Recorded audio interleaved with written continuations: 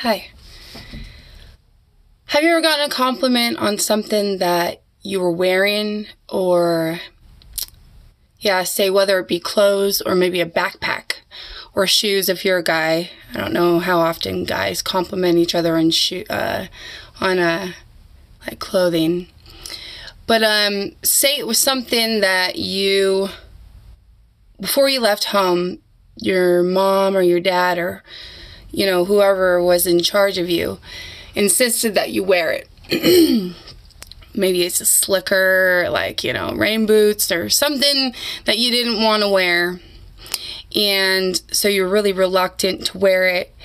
And you go to school, and immediately somebody that you like and admires the thing that you're wearing, whether it be an umbrella you're holding or it be a pair of, let's take it back old school, like Michael Jordans or whatever.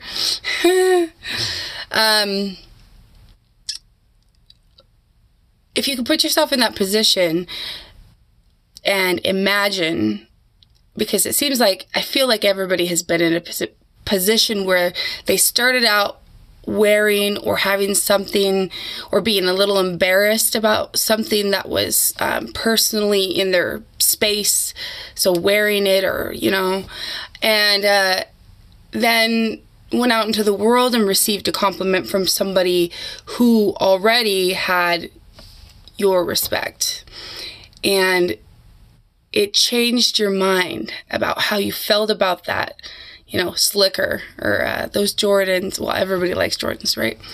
Or that really funky 70s sweater that you had no idea that somebody actually thought that was cool, and then you started always dressing in funky 70s clothes, and that became a theme all of your life.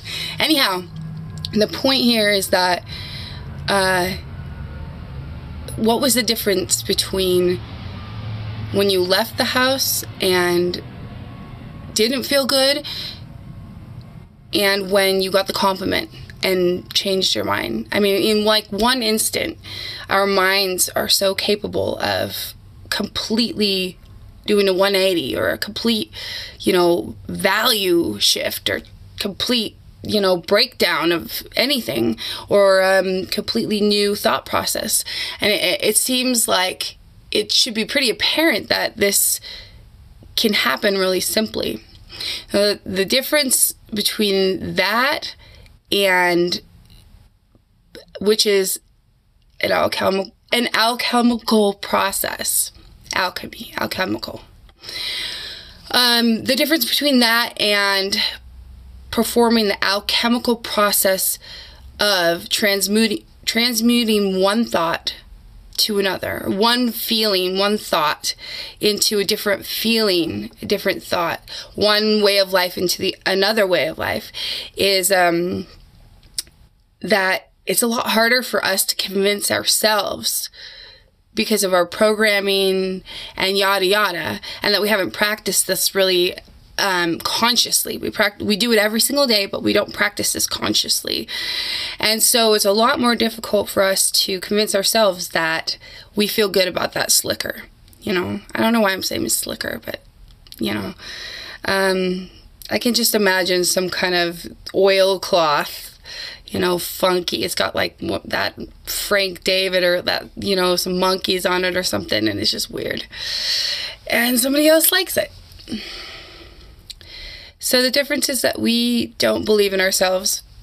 And when somebody believes in us, we are a lot more capable of believing in ourselves. Well, unfortunately, it's not the strong way to go, is relying on other people to make you feel good about yourself. In fact, I would say the most important alchemical magic that you could ever perform would be to change your mind about the way that you feel about yourself. This is something that's kind of personal to me, but and if you could put yourself in this situation again, just imagine it. If you were very unsatisfied, say with your hair, or there's something about your God-given physical appearance, the appearance that you genetically inherited, that you couldn't change. You know, how far apart your eyes were, how close together they were, the gap in your teeth, the crooked teeth that you have, the color of your eye, the color of your skin, how short your nose was, something like that, that you would not be altered easily, if ever. Well, for a really long time, I grew up very, very awkward, and or feeling awkward about myself. And it didn't help that I didn't socially fit in for a really long time, but I was physically kind of awkward. And or more than kind of. And I grew up sort of programmed by society, but also letting myself believe that I was ugly. And looking at magazines and comparing myself when I got older and became very self-conscious to, you know, these models or celebrities or any of those kind of just like far away, distant icon pedestal things. And I would look at myself in the mirror, and no matter how much makeup or anything that I put on, I just felt not good enough. And when I did not have makeup on for a very long time, I felt disgustingly ugly. I would look at myself in the mirror and I'd almost cry because I felt so hideous. And the funny thing about that is that I wasn't, and nobody is. And the way that I was able to change my mind, which completely changed the way that I began to behave in general, not just, you know, saying, well, okay, listen. Somebody told me, so it did take somebody. Well, this is what happened. Yeah. For the longest time, I wore makeup till I was about almost 30, you know, and I couldn't go out without makeup. I've had a lot of skin problems and things like that. And before I turned 30, during my Saturn returns, I was fortunate enough to have a male